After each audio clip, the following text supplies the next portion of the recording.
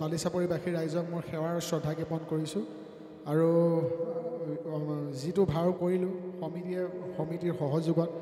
এই সুযোগতে সমিতিৰ বিষয়ববীয়া সকলোকে বহুত বহুত ধন্যবাদ জ্ঞাপন কৰিছোঁ ইমান কম সময়ত ইমান ধুনীয়াকৈ উৎসাহপূৰ্ণভাৱে এইখিনি সহায় কৰি দিয়াৰ বাবে আৰু মাজুলীলৈ আহিবলৈ সকলোৰে হেঁপাহ থাকেই আৰু আজি ৰাসখন কৰি সঁচাকৈ ভাল লাগিল আৰু এটা কথা ভাল লাগিছে মাজুলীবাসী ৰাইজে এই